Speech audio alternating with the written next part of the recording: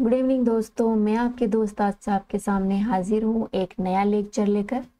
दोस्तों, इस वीडियो में अपन भारत की जो प्राचीन परंपरा है उसका भारतीय क्षेत्र में जैसे साइंस, मैथ, खगोल विज्ञान आदि में क्या योगदान रहा अपने प्राचीन भारतीय ऋषि मुनियों का, इस वीडियो में इन्हीं के बारे में अपन चर्चा करेंगे।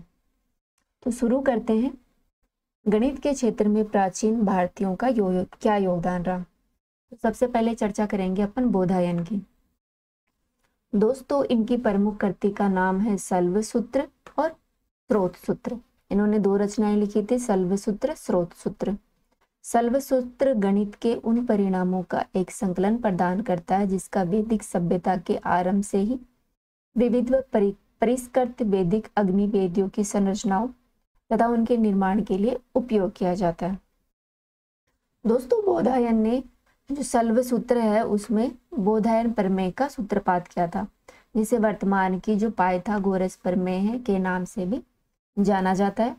तो अपन वर्तमान में जो पाइथागोरस प्रमेय पढ़ते हैं उसके अपने प्राचीन भारत में ही बोधायन ने इसका सूत्रपात कर दिया था। इतने महान थे अपने वैदिक आर्य। अब बात करते हैं अपन पंडित नारायण के बारे में।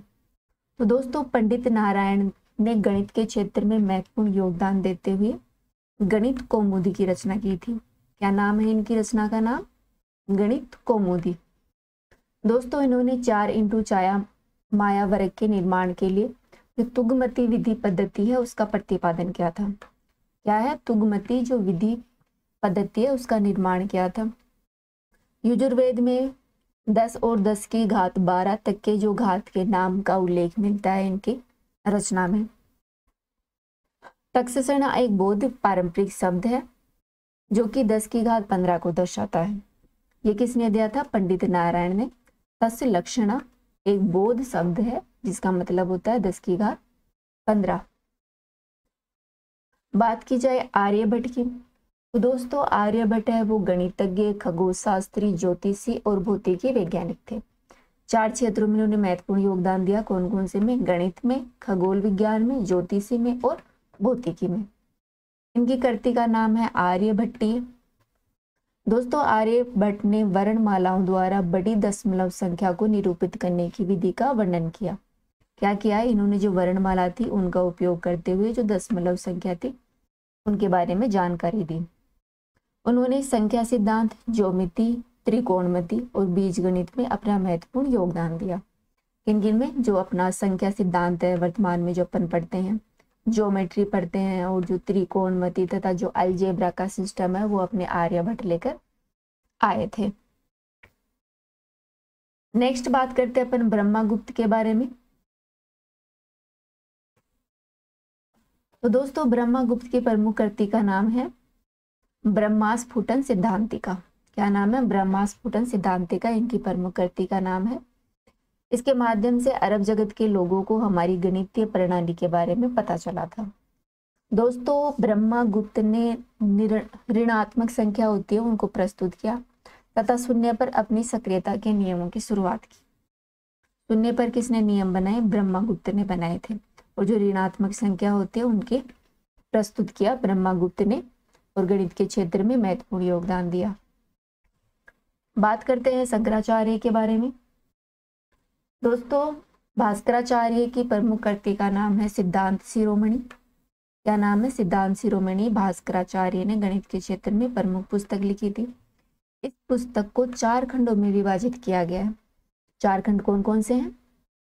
लीलावती, जिसे अंक गणित के नाम से भी जानते हैं वर्तमान में। इसके अलावा बीज गणित, गोलाध्यक्ष और ग्रह गणित।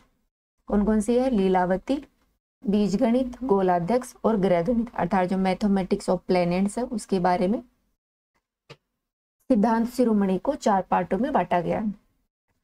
दोस्तों, भास्कराचार्य ने बीज गणितीय समीकरणों को हल करने के लिए जो चक्रवात विधि है अर्थात जो चक्रीय विधि का प्रयोग किया जाता है को जन्म दिया था। किसकी? जो चक्रवात विधि है जिसे चक्रीय विधि भी कहते हैं का प्रतिपादन किया था। जो गणितीय समीकरण होते हैं उनको हल करने में इस विधि का प्रयोग किया जाता है। दोस्तों, बात करें माधवाचार्य के बारे में, महावीराचार्य के बारे में। तो महावीराचार्य की गणित वो कृति का नाम है गणित सार संग्रह। क्या है इनकी पुस्तक का नाम? गणित सार संग्रह। दोस्तों इन्होंने अंक गणित पर पहली पुस्तक लिखी थी जो कि वर्तमान में अंक गणित के समान है। अर्थात जो गणित सार संग्रह महावीराचार्य ने लिखी थी वो अंक गणित की पहली पाठ्य पुस्तक मानी जाती है, जो वर्तमान में अंक गणित अपन जो पढ़ते हैं उसके समान है। वर्तमान में संख्याओं का जो अपन एलसीएम निकालते हैं उस विधि का सबसे पहले प्रयोग किया था महावीराचार्य ने। ठीक है, जो अपन एलसीएम देखो पढ़ते आ रहे हैं, लघुत्तम समाप्यवर्तन, उसका जन्मदाता माना जाता है महावीराचार्य को। ठीक है, तो गणित के क्षेत्र में अपने प्राचीन आर्यों के ये महत्वपूर्ण योगदान थे। अब नेक्स्ट के बारे में पढ़ते हैं। दोस्तों अब अपन चर्चा करते हैं प्राचीन भारतीयों का खगोल विज्ञान के क्षेत्र में अर्थात अंतरिक्ष में क्या योगदान रहा। दोस्तों अंडमान में पाई जाने वाली प्रथम खगोलीय वस्तुएं पुरापाषाण युगीन अर्थात लगभग 12,000 वर्ष पहले की ये खगोल वस्तुएं हैं जो कैलेंडर स्टिक्स हैं। दोस्तों कैलेंडर स्टिक्स पर चंद्रमा के शुक्ल पक्ष और कर्षण पक्ष को नोट किया जाता है। कौन से के? चंद्रमा का जो शुक्ल पक्ष होता है और जो अपना कर्षण पक्ष होता है उसको नोट किया जाता है। इसके कैलेंडर स्टिक्स पर इन पक्षों के हिसाब से निशान लगाया जाता है। क्या आप जानते हैं कि शुक्ल पक्ष क्या है? दोस्तों यह पक्ष है वो अमावस्या और पूर्णिमा के बीच में चंद्रमा पर क्रमिक रूप से अधिक सौर प्रकाश प्राप्त करने की अवधि होती है। अर्थात शुक्ल पक्ष में क्या होता है कि अमावस्या से पूर्णिमा के बीच में जो सौर ऊर्जा होती है, सूर्य से प्राप्त ऊर्जा होती है, वो अधिक अवधि की होती है। ठीक है, और वही कर्षण पक्ष है उसमें पूर्णिमा से अमावस्या के बीच में जो सौर प्रकाश की अवस्था होती है वो कम होती है। यह अमावस्या और नव चंद्र आने तक रहती है। बात करें आर्यभट्ट का खगोल विज्ञान में क्या योगदान था, तो दोस्तों उन्होंने समय की इकाइयों और खगोल वर्त होते हैं उनकी विशेषताओं के बारे में चर्चा की। किसके बारे में बताया? जो समय की इकाइयां होती हैं और जो खगोलीय वर्त होते हैं उनके बारे में आर्यभट्ट ने सबसे पहले बताया था। दोस्तों उन्होंने पृथ्वी को अंतरिक्ष में लटकते हुए घूमते हुए पिंड के रूप में वर्णित किया था। क्या बताया था? कि जो पृथ्वी है वो अंतरिक्ष में एक घूमता हुआ पिंड है। इसके साथ ही उन्होंने ग्रहों की औसत स्थिति की एक तालिका भी तैयार की थी। ग्रहों की जो औसत स्थिति क्या होती है उसके बारे में इन्होंने बताने का प्रयास किया था। इसके अलावा उन्होंने चंद्र और सूर्य दोनों ग्रहणों की सही व्याख्या की थी। ठीक है, तो जो अपना सूर्य ग्रहण होता है, चंद्र ग्रहण होता है, इसकी व्याख्या सबसे पहले किसने की थी? आर्यभट्ट ने की थी। इसके साथ ही उन्होंने बताया कि जो पृथ्वी का व्यास है वो 1050 योजन है, जो कि वास्तविक गणना के लगभग निकट है। ठीक है, क्या क्या बताया था आर्यभट्ट ने? आर्यभट्ट ने समय की जो इकाइयां हैं, खगोल वर्त की विशेषताओं के बारे में बताया कि पृथ्वी है वो अंतरिक्ष में लटकते हुए एक घूमते पिंड की तरह है। साथ ही ग्रहों की औसत स्थिति बताते हुए उन्होंने सूर्य और चंद्रमा का जो दोनों ग्रहण होते हैं उनकी व्याख्या की और पृथ्वी का व्यास है वो 1050 योजन बताया, जो कि वास्तविक गणना के लगभग निकट है। अब बात करते हैं खगोल विज्ञान में भास्कराचार्य का क्या योगदान रहा।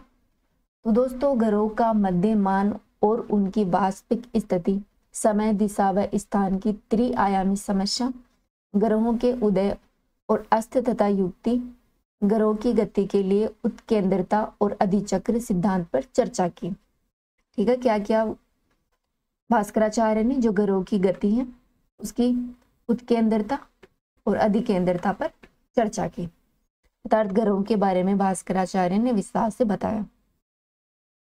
आगे देखते हैं वराहमिहिर के बारे में। तो दोस्तों ध्यान रखना, वराहमिहिर की पुस्तक का नाम था पंच सिद्धांतिका। क्या नाम था? पंच सिद्धांतिका। उन्होंने व्यापक रूप से ज्योतिषीय आधार पर ग्रहों, ग्रहणों और राशि चक्रों के परिक्रमण की विस्तार से व्याख्या की। क्या बताया वराहमिहिर ने? वराहमिहिर ने पंच सिद्धांतिका पुस्तक में बताया कि जो ज्योतिष आधार होते हैं वो ग्रहों, ग्रहणों और राशि के जो चक्र का आपस का परिक्रमण होता है उनके बारे में इन्होंने विस्तार से चर्चा की। बात करते हैं ब्रह्मगुप्त के बारे में। तो ब्रह्मगुप्त की रचना है ब्रह्मपुष्टन सिद्धांत यह अलग अलग प्रकार के खगोलीय उपकरणों से संबंधित है। ब्रह्मगुप्त है वो खगोलीय उपकरणों के बारे में चर्चा करते हैं, जैसे जलघड़ी, जिसे घंटे का यंत्र भी कहते हैं। दोस्तों इसमें एक कटोरा होता है, इस कटोरे के नीचे एक छोटा सा छेद होता है, जिसे जल के ऊपर रखे जाने पर यह ठीक 24 मिनट बाद डूब जाता है। और एक इन्होंने उपकरण बताया था शंकु, जिसे नोमोन भी कहते हैं। इसमें एक छोटी छड़ी को लंबवत रखा जाता है, इसके माध्यम से छाया की गति का अध्ययन किया जाता है। क्या किया जाता है, जो शंकु है इसमें एक छोटी छड़ी होती है जिसको लंबवत रख के जो छाया की गति होती है उसका अध्ययन किया जाता है। और जो घंटे का यंत्र है उसे समय का पता लगाया जाता है। इनकी कृतियों के माध्यम से अरब जगत के लोग थे वो भारतीय खगोल विज्ञान की जानकारी प्राप्त की। ठीक है, तो खगोलीय उपकरणों के बारे में बताया था ब्रह्मगुप्त ने।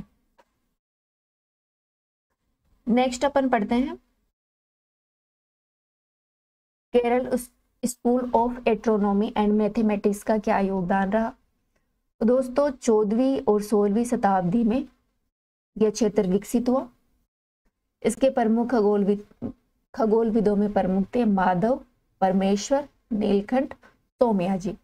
3 लोग प्रमुख थे, माधव, परमेश्वर, नीलकंठ, सोमयाजी। माधव ने 36 मिनट में चंद्रमा की स्थिति निर्धारित करने के लिए एक प्रक्रिया तथा ग्रहों की गति का अनुमान लगाने के लिए एक तरीके की खोज की थी। क्या किया था माधव ने जो 36 मिनट होती है उसमें चंद्रमा की स्थिति का निर्धारण किया तथा ग्रहों की जो गति होती है उसके अनुमान लगाने पर ध्यान दिया। दोस्तों परमेश्वर खगोल विज्ञान के दृष्टिगत प्रणाली के संस्थापक माने जाते हैं। और नीलकंठन सोमयाजी थे ने तंत्र ग्रह में बुध और शुक्र ग्रहों के लिए आर्यभट्ट के मॉडल को संशोधित किया। तो आर्यभट्ट के मॉडल पर ही नीलकंठ सोमयाजी ने आगे काम किया खगोल विज्ञान में। दोस्तों अपने जयपुर के महाराजा सवाई जयसिंह थे, उन्होंने भी खगोल विज्ञान में महत्वपूर्ण काम किया। उन्होंने जयपुर, दिल्ली, उज्जैन, बनारस, मथुरा, ये 5 जगह है, ध्यान रखना। जयपुर, दिल्ली, उज्जैन, बनारस, मथुरा में जंतर मंतर नामक खगोलीय वेधशालाओं की स्थापना की। ठीक है, ये आप चित्र में देख सकते हैं, ये जयपुर की खगोलीय वेधशाला है, जंतर मंतर। अब आगे बात करते हैं यहाँ पर भारतीय चिकित्सा क्षेत्र में प्राचीन भारतीयों का क्या योगदान रहा। सबसे पहले श्रुत की बात करते हैं, तो इनकी कृति का नाम है श्रुत संहिता। दोस्तों श्रुत हैं वो शल्य चिकित्सा के जनक माने जाते हैं, अर्थात जो वर्तमान में ऑपरेशन होते हैं उनके जनक श्रुत को माना जाता है। उन्होंने एक मर्त शरीर की सहायता से, अर्थात एक मरे हुए एक बॉडी के माध्यम से मानव शरीर पर रचना की, उस पर रिसर्च किया और लगभग 1100 से अधिक रोगों का उन्होंने अपनी पुस्तक में उल्लेख किया है। ठीक है, इसमें 760 से अधिक पादपों के औषधीय गुणों का भी उन्होंने वर्णन किया, अर्थात उन्होंने रोगों के साथ साथ जो औषधीय गुण होते हैं उनके इलाज के लिए कौन से औषधि उपयोग की जा सकती है के बारे में भी उन्होंने वर्णन किया है। श्रुत को सबसे बड़ा योगदान माना जाता है राइनोप्लास्टी में, जो प्लास्टिक सर्जरी होती है वर्तमान में उसके क्षेत्र में, तथा जो नेत्र शल्य चिकित्सा होता है, अर्थात जो मोतियाबिंद हटाने का ऑपरेशन किया जाता है वर्तमान में, उसके जनक श्रुत को ही माना जाता है। आगे चर्चा करते हैं अपन भारतीय चिकित्सा क्षेत्र में चरक का क्या योगदान है। तो दोस्तों चरक को प्राचीन भारतीय चिकित्सा विज्ञान का जनक माना जाता है। किसे माना जाता है? प्राचीन भारतीय चिकित्सा विज्ञान का जनक चरक को माना जाता है और शल्य चिकित्सा का जनक माना जाता है श्रुत को। दोस्तों ये कनिष्क के दरबार में राज्य वेद थे, ध्यान रखना, पूछ लिया जाता है चरक किसके दरबारी थे? कनिष्क थे, कनिष्क के राज दरबारी थे। इनकी कृति का नाम चरक संहिता है। क्या लिखी थी इन्होंने? चरक संहिता लिखी थी। दोस्तों चरक ने पाचन, उपापचय अर्थात जो मेटाबॉलिज्म होता है और रोग प्रतिरोधक क्षमता को स्वास्थ्य के लिए महत्वपूर्ण बताने वाले प्रथम विद्वान माने जाते हैं। ठीक है, इन्होंने रोग प्रतिरोधक क्षमता है उसके बारे में बात की, पाचन और जो मेटाबॉलिज्म है उसके बारे में जानकारी देने वाले कौन थे? चरक थे। अपनी पुस्तक चरक संहिता के माध्यम से उन्होंने इनके बारे में जानकारी दी। नेक्स्ट अपन चिकित्सा क्षेत्र में योग और पतंजलि के बारे में चर्चा करते हैं। वर्तमान में अपन योग जो अपना 21 जून को योग दिवस मनाया जाता है, जिसे इंटरनेशनल लेवल पर सेलिब्रेट किया जाता है, उसी की नींव पड़ी थी प्राचीन भारत में। दोस्तों, प्राचीन भारत में योग विज्ञान आयुर्वेद के एक संबंध विज्ञान के रूप में विकसित हुआ था।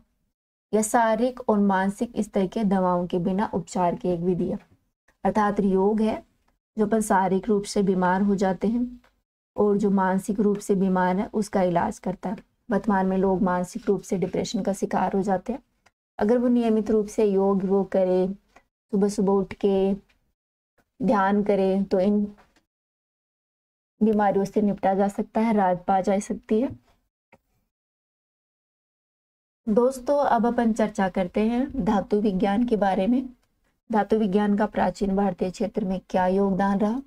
तो दोस्तों, सबसे पहले अपन धातु विज्ञान जो धातु थी उसका उपयोग मिलता है अपन को हड़प्पा सभ्यता में। हड़प्पा के लोग थे वो सोने चांदी के आभूषणों का प्रयोग करते थे, ठीक है, वो विभिन्न प्रकार के आभूषण पहनते थे। यहाँ पर जो अपन को नर्तकी की एक मूर्ति मिली है, पशुपतिनाथ की मूर्तियां, बहुत सारी कांस्य मूर्तियां यहाँ से प्राप्त हुई है, जो जानकारी देती हैं कि प्राचीन भारत में धातु क्षेत्र का क्या योगदान था। ठीक है, एक देख लेते हैं दिल्ली का लोहा स्तंभ। दोस्तों, यह लगभग 1600 वर्ष से अधिक पुराना है, जो कि पिटवा लोहे से बना हुआ है। ध्यान रखना किससे बना हुआ है, जो पिटवा लोहा है उससे बना हुआ है ये। इसे चंद्रगुप्त द्वितीय ने बनवाया था, ठीक है, जो अपने जंग प्रतिरोधी गुणों के कारण विश्वविख्यात है। ठीक है, इस पर जंग नहीं लगती। इसे चंद्रगुप्त द्वितीय ने पिटवा लोहे से बनवाया था। दोस्तों, बात करें कणाद की। कणाद का धातु विज्ञान में महत्वपूर्ण योगदान था। ये भारतीय दर्शन की जो 6 शाखाएं होते हैं, सांख्य, योग आदि जो 6 शाखाएं हैं, उनमें से विशेषिक शाखा है उसके प्रमुख विद्वान है। कौन है विशेषिक शाखा के प्रमुख विद्वान? कणाद। दोस्तों, कणाद के अनुसार भौतिक ब्रह्मांड है वो कणों और अणुओं से मिलकर बना हुआ है। इसे किसी भी मानव अंग के माध्यम से नहीं देखा जा सकता। ये कणाद का मानना था। इनका मानना था कि नहीं उसे उपविभाजित किया जा सकता है। ठीक है, कणाद जो है वो भौतिकवादी सिद्धांत की वकालत करते हैं।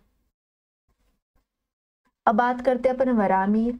वराहमिहिर की कृति का नाम है व्रत संहिता। ठीक है, इनकी रचना है व्रत संहिता। इसके एक अध्याय में इन्होंने अलग अलग अनुपातों में 16 मूलभूत पदार्थों के विविध अनुपातों के मिश्रण से कई इत्रों का निर्माण किया। ठीक है, इन्होंने क्या किया, जो 16 मूलभूत पदार्थ होते हैं उनका मिश्रण करके कई इत्रों का जो निर्माण किया, जो वर्तमान में अपन परफ्यूम यूज करते हैं, उसका आविष्कार अपने वराहमिहिर कर चुके थे। बात करते हैं नागार्जुन। दोस्तों, नागार्जुन है वो 10वीं शताब्दी के प्रमुख वैज्ञानिक माने जाते हैं। इन्होंने अपनी कृति रसरत्नाकर में प्रमुख रूप से धातु विज्ञान का उल्लेख किया। ठीक है, ध्यान रखना है इनकी कृति का क्या नाम है, रसरत्नाकर। नागार्जुन की कृति है रसरत्नाकर। दोस्तों, इसमें इन्होंने सोना, चांदी, टिन और तांबे जैसी धातुओं के निष्कर्षण की विधियों की चर्चा की। कौन कौन सी धातु है? इन्होंने सोना, चांदी, टिन और तांबा, ये 4 धातुएं हैं, उनके निष्कर्षण की विधि की चर्चा की थी नागार्जुन ने अपनी कृति रसरत्न सागर में। अब लास्ट बात करते हैं कृषि क्षेत्र में प्राचीन भारतीयों का क्या महत्वपूर्ण योगदान रहा। तो दोस्तों, कावेरी नदी तट पर एक ग्रेट एनीकट बांध बना हुआ है। विश्व के सबसे प्राचीन जल नियामक संरचनाओं में से एक है, जो प्राचीन भारत का बांध है। कौन सी नदी पर बना है? कावेरी नदी पर बना है ग्रेट एनीकट बांध। दोस्तों, इसका निर्माण 1ली से 2री शताब्दी ईसा पूर्व माना जाता है। दोस्तों, रामायण, महाभारत और अन्य ग्रंथों में भी प्राचीन भारत में कृषि और सिंचाई के महत्व पर महत्वपूर्ण बल दिया गया। इस तरह अपन देख सकते हैं कि प्राचीन भारत में क्या महत्वपूर्ण योगदान दे रहा अपने विभिन्न क्षेत्रों में। इस वीडियो के माध्यम से आप समझ गए होंगे कि अपने जो प्राचीन भारतीय लोग थे वो कितने महान थे, कितने इंटेलिजेंट थे। उनके द्वारा जो सिद्धांत दिए गए थे उनको अपन वर्तमान में भी अप्लाई कर रहे हैं, उनका उपयोग कर रहे हैं। यह उनकी एक महत्वपूर्ण देन थी। इसलिए अपने जो प्राचीन भारतीय आर्य थे उन पर अपने आप को गर्वान्वित महसूस करना चाहिए। तो इस वीडियो में इतना ही। Thank you. नेक्स्ट वीडियो में फिर मिलेंगे। Again thank you.